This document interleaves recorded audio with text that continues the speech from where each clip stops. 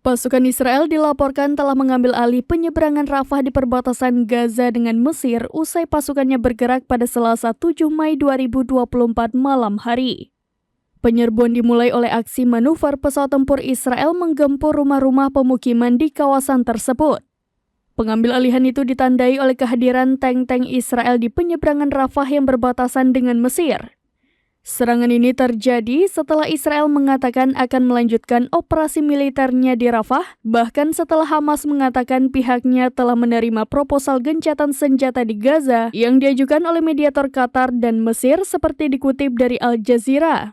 Manuver tentara IDF mengambil alih perbatasan Mesir-Gaza di penyeberangan Rafah yang jelas mengabaikan peringatan Mesir yang berulang kali mewanti-wanti jika aksi itu berpotensi memperluas konflik di Timur Tengah.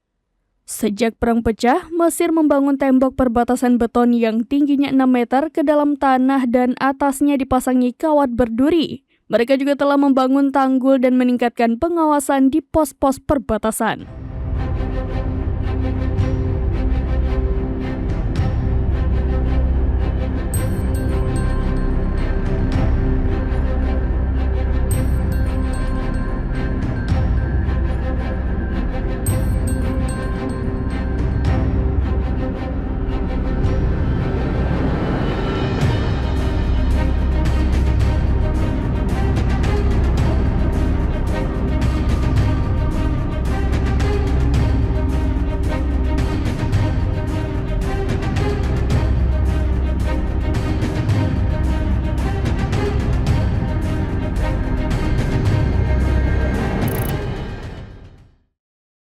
Download Tribun X sekarang, menghadirkan lokal menjadi Indonesia.